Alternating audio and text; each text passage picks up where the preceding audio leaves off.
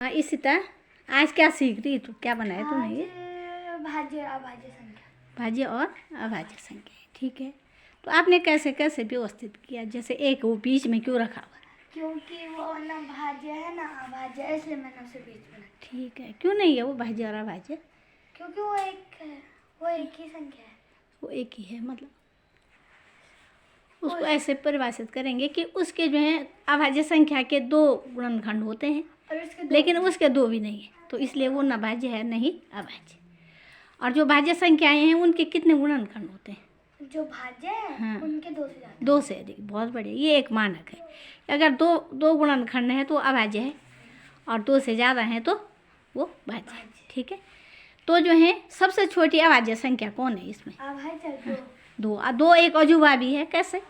क्योंकि वो अभाज्य भी है और सम भी है। सम भी है, बहुत बढ़िया। और बाकी संख्याएं जो हैं देखो सब जो हैं क्या है, विषम है, अभाज्य वाली है ना, लेकिन वो जो है सम है लेकिन अभाज्य है, ठीक है। सबसे छोटी सम संख्या कौन है? सम संख्या दो। दो। और सबसे छोटी अभाज्य संख्या कौन है? अभाज्य संख्या हाँ, दो। और सबसे छोटी भाज्य संख्या कौन है? चार है। अब इसमें जो है आपने जो लगा रखे हैं, आप कुछ उसमें कुछ ऐसे अजूबे भी देखे आपने? कुछ अजूबे हैं? हाँ। कैसे? जैसे 2 और 3, इनके बीच में कोई भी संख्या नहीं है। हाँ, दोनों एक साथ। हाँ, कर्मागत अभाज्य संख्याएं। क्या बोलेंगे उनको? कर्मागत अभाज्य संख्याएं। बहुत बढ़िया।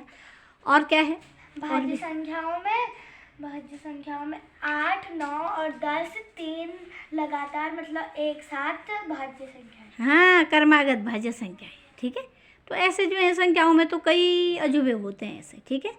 तो आप जो है ऐसे ये जो हमने पत्थरों से बनाया, इससे कुछ समझ आया ज़्यादा, है ना? कैसे कैसे लगाए तूने ये संख्याएं? क्या किया उसमें? मैंने हाँ, पहले इनके गुणनखंड। हाँ, इनकी ढेरें लगाई होंगी। क्या इतनी ढेरें लग सकती हैं? हाँ, देखे जैसे 1 2 3 4 5 6 7 है, तो 7 क्या बोलते हैं, इसके दो ही गुणनखंड है। हाँ, एक है 1 और एक है 7, हाँ, इसलिए कि ये हो गई हमारी अभाज्य संख्या। और जैसे यहाँ पे 8 है, तो 8 का क्या है?